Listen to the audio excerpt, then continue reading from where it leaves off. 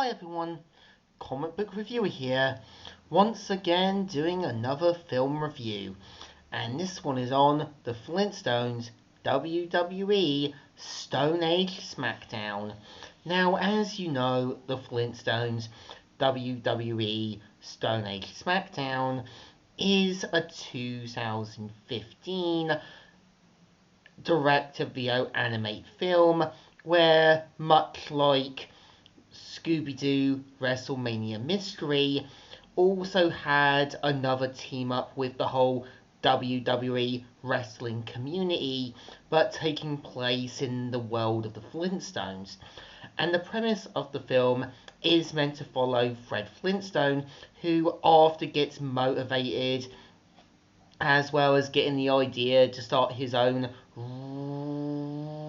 wrestling scheme, after seeing how Barney was able to come to go head to head with obviously the MC Punk version of CM Punk Rock. We see how he decides to kind of get the money to get his vacation funds for not only his family, but also for Barney and his family. And I think what the film gets right is showing how Fred, usually when he has this harebrained scheme, all this big idea, he thinks it's going to work. He thinks it's going to help him sort of be something successful. But we see how right away, as soon as Fred's wrestling idea goes underway, he ends up losing sight of his original goal. And I think the whole point of the film is meant to point out the dangers of good intentions, what can go wrong when money in that comes into the picture, and losing sight of the person you once were.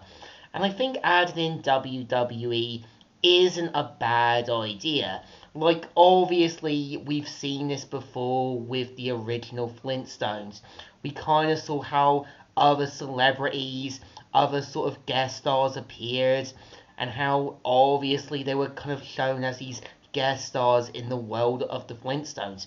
Something that I think The Simpsons have done, Family Guy, Futurama, as well as basically The Boys. And I think it's one of those rare moments the Flintstones actually do another guest star thing. And I think the point of bringing in new voice actors for the characters isn't a bad thing. Like, I do think Jeff Burgum is the right choice for Fred Flintstone. Sound like this guy who's a bit of a grump, but he has a bit of this conman vibe. He knows what he has to be. I think it's obviously looking at how I think seeing how Grey Griffin is supposed to be Betty Rubble, having that same feel like the original voice actress from the 60s. I just think Kevin Michael Richardson wasn't the best choice for Barney Rubble. It just sounds more like a yes man than the typical best friend character Barney was.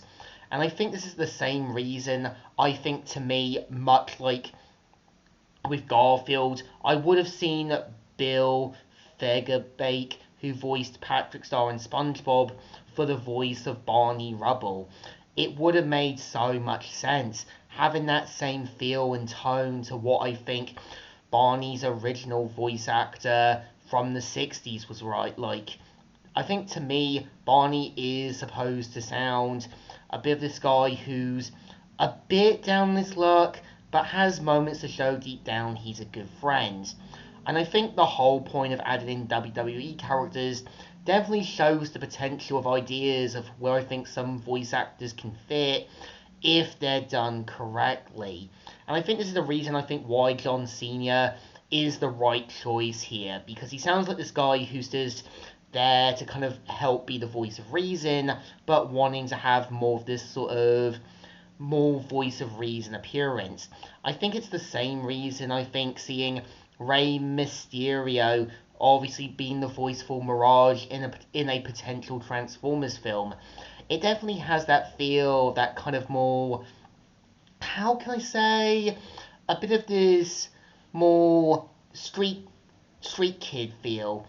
And I think it's the same reason I can see Mick Foley playing Dirt Boss, one of the Constructicons done right, being their sort of leader and boss. And I think it's the same reason hearing him play the boulder really gives this sense he was tapping into his WWE self, and I could see the same being done for basically Dirt Boss. And I think there's so many, obviously, WWE actors that have the potential to be in other things than does wrestling. I think to me, the Flintstones and WWE is there to be a product to sort of show kids, hey kids, do you want to see WWE? Do you want your favourite cartoon characters to go into a big fight? And I think to me, it knows what it has to be. It has to be something that obviously old Flintstone episodes have done before, but it's definitely not the best one. So it definitely deserves thumbs in the middle. Kind of alright, kind of okay, but just there to be a product to obviously sell to WWE fans and also to fans of the old Flintstone era. So, comic book reviewer here, signing out.